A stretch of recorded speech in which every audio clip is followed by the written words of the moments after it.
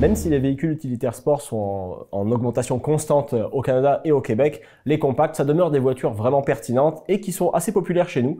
Et dans ces voitures-là, la première, c'est la Toyota Corolla. Toyota Corolla, hein, fiable, agréable à conduire, beaucoup de versions. On a de l'hybride, on a également de la performance avec la GR. Et puis, c'est un véhicule qui est aimé des Québécois, mais qui a quand même la Honda Civic dans le rétroviseur. Oui, c'est vrai. Cela dit, il y a aussi le fait d'avoir plusieurs carrosseries, soit berline, soit hatchback.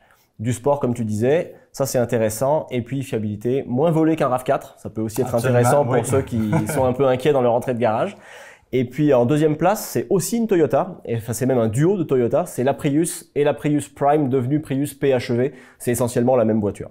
Donc oui, la Prius PHEV qui est une voiture avec un bon style, mais surtout une bonne construction. On a changé ce véhicule-là avec cette nouvelle édition-là. Elle a gardé toute sa fiabilité, son confort, mais on a ajouté de la performance, puis on a ajouté également de la qualité de finition. Puis aussi, on a augmenté en autonomie toute électrique entre 64 et 72 km selon la version. Oui, ça c'est vraiment pertinent aussi pour les gens.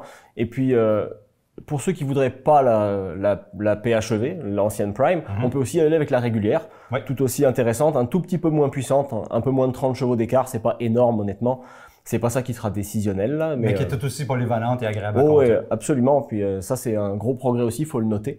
Et en troisième position, c'est une voiture aussi très appréciée des Québécois et qui d'ailleurs a repris sa première place au niveau des ventes de compacts, c'est la Honda Civic. Ben oui, on a dit en début de segment, la Honda Civic, elle est dans le rétroviseur de la Corolla. On apprécie beaucoup la Corolla, mais là, la Civic a repris sa position, notamment à cause de l'ajout ou le retour du modèle hybride.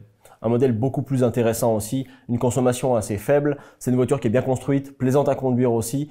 En vérité, il n'y a pas de mauvais choix. Si vous cherchez une hybride dans cette catégorie-là, une Civic hybride, ça fait un très bon travail aussi. Nous, la Corolla, on l'a mise première pour l'ensemble de l'œuvre, pour la fiabilité prévue et pour toutes les possibilités qui sont offertes. Mais la Civic, on a aussi une voiture soit hatchback, soit berline, des modèles sport avec la SI ou la Type R aussi. Dans tous les cas, que vous preniez Prius, Corolla ou Civic, il n'y a pas de mauvais choix dans cette catégorie-là avec ces trois modèles-là.